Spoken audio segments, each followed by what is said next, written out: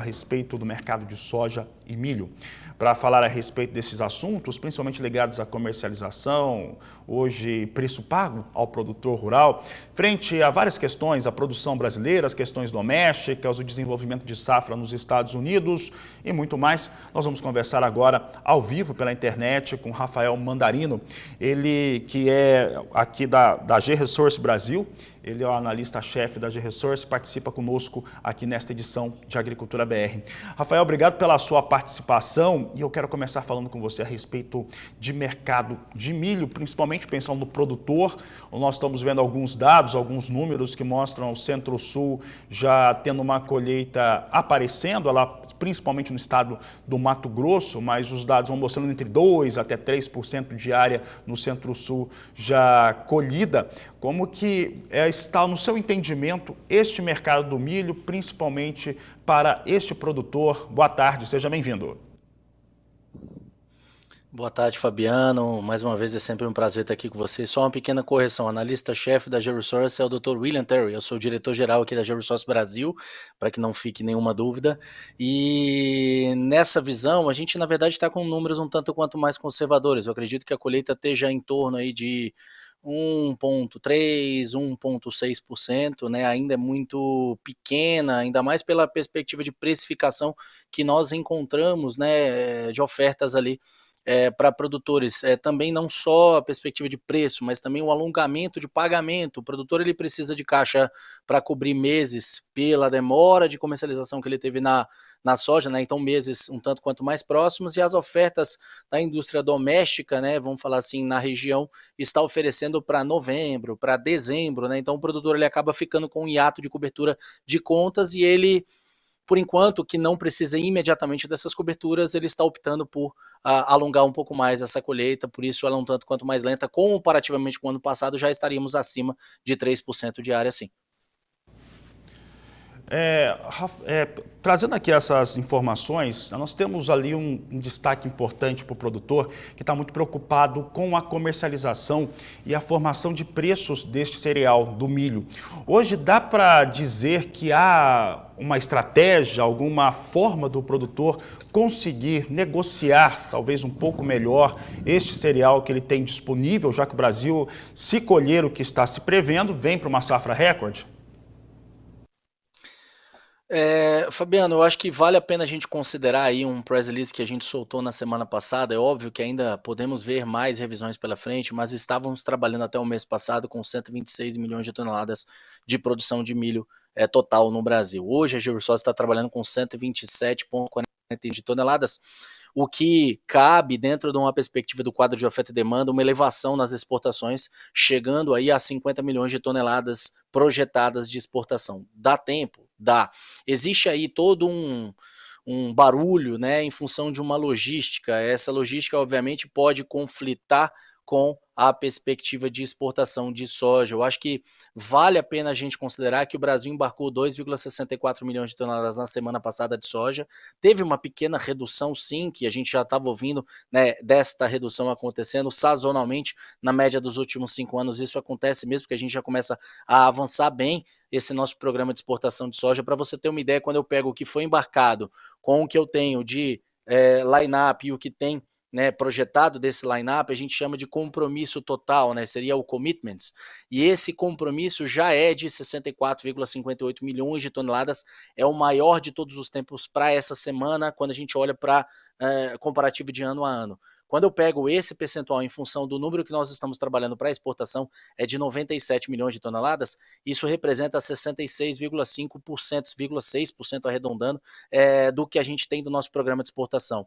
E eu tenho agora, basicamente, esse junho inteiro para já mostrando que vai romper a exportação do ano passado, para offsetar qualquer atraso que nós tivemos em janeiro e fevereiro, em função de um trade-off que a gente fez para exportação de milho, e agora para frente, quando eu olho para o julho, talvez o único momento em que eu teria algum conflito. Então, falando de uma estratégia de precificação, ou pelo menos de posicionamento aí em relação ao produtor, eu acho que o produtor que tem contas a cobrir, ele tem que continuar vendendo para fazer essa cobertura, né? E aí, de novo, naquela estratégia da mão para a boca, ao mesmo tempo eu acho que não cabe o desespero, né? Sempre a tomada de decisão no desespero é a pior decisão de trade que você vai fazer.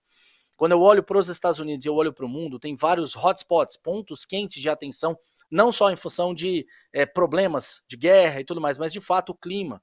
Eu acho que os Estados Unidos ele vem enfrentando aí, né, uma seca pós-emergência de plantas que vieram bastante aceleradas, que é preocupante, principalmente no caso do milho. Nós já vemos uma redução significativa da qualidade dessas lavouras. A gente acredita que as lavouras em boas excelentes que começaram ali na faixa de 69% nos Estados Unidos, hoje estão próximo aí dos 63, 65%, como um range ali para ser observado.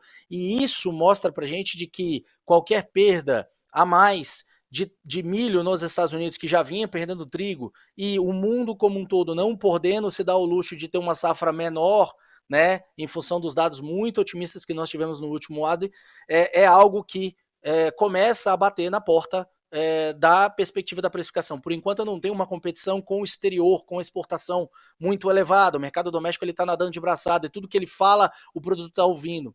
Eu sugiro calma, eu sugiro cautela e sugiro que o produtor comece a buscar mais informação para que ele possa entender de que por mais que exista volatilidade, possibilidade de ainda cair, subir, esse momento é o momento que quando começar a subir, esse produtor pode começar a remunerar essas altas, né, e fazer defesas melhor do que trabalhar agora no desespero e trabalhar no fundo dos preços.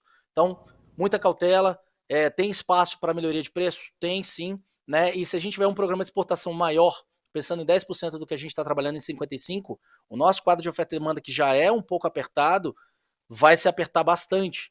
E aí é questão de fundamento, o mercado vai ter que ajustar em função dessa oferta menor, dessa disponibilidade de estoque final menor.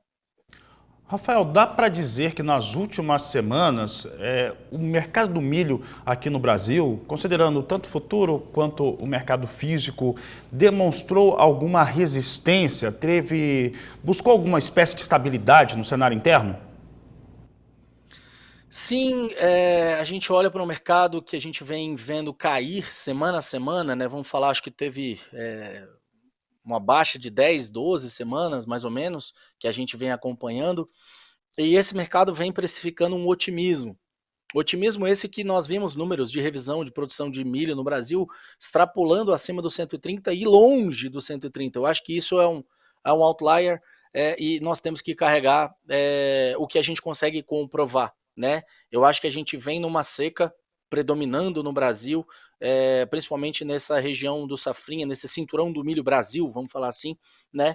É óbvio que a gente teve um começo maravilhoso, por mais atrasado que fosse, tem que ser considerado também que toda a perspectiva de furo da janela pode impactar a produtividade final, mas de uma forma geral tivemos mais área, né? Então esse otimismo ele veio sendo precificado. A partir de então eu começo a ver já alguns indicadores, né, de, por exemplo, o NDVI, alguns indicadores de alguns questionamentos em cima de uma expectativa de produtividade inicial em algumas lavouras do Mato Grosso e um pouco para baixo, outras que estão dentro dessa produtividade, mas tendem a cair para frente, e a gente ainda não conseguiu estimar isso porque está muito cedo para falar, mas existe chance de ajustes nesse sentido. Ao mesmo tempo, a gente pode ter tido sim uma safra de milho maior. Tudo vai depender também desse clima agora, dessa massa de ar frio que está chegando, né? Se vamos ter geadas ou não vamos ter geadas. Começa a ecoar agora alguns rumores em relação a isso. Então, eu acho que é muito cedo. Tem um longo caminho de clima no hemisfério norte a ser percorrido. Temos áreas na Rússia com probabilidade seca e já, né, demonstrando isso. Eu tenho áreas na Europa, norte da África. Há um impacto em várias commodities, em vários locais do mundo, e eu acho que esse mercado climático ele traz realmente essa volatilidade.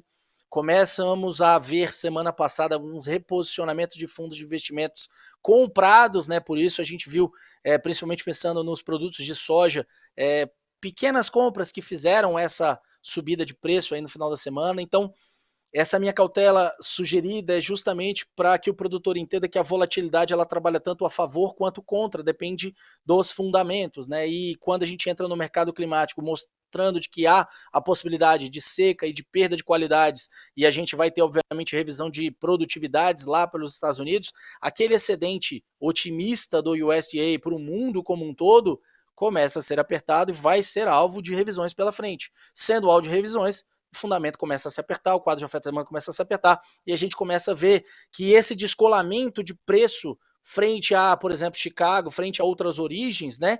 O Brasil fica muito barato. Isso tende a ou exportar mais e apertar o quadro de oferta e demanda e ajustar o preço, ou a gente tem que ajustar esse preço para que esse milho fique domesticamente aqui. Então, ainda a pancadaria, eu vou chamar assim, climática, ela vai começar, ela está começando.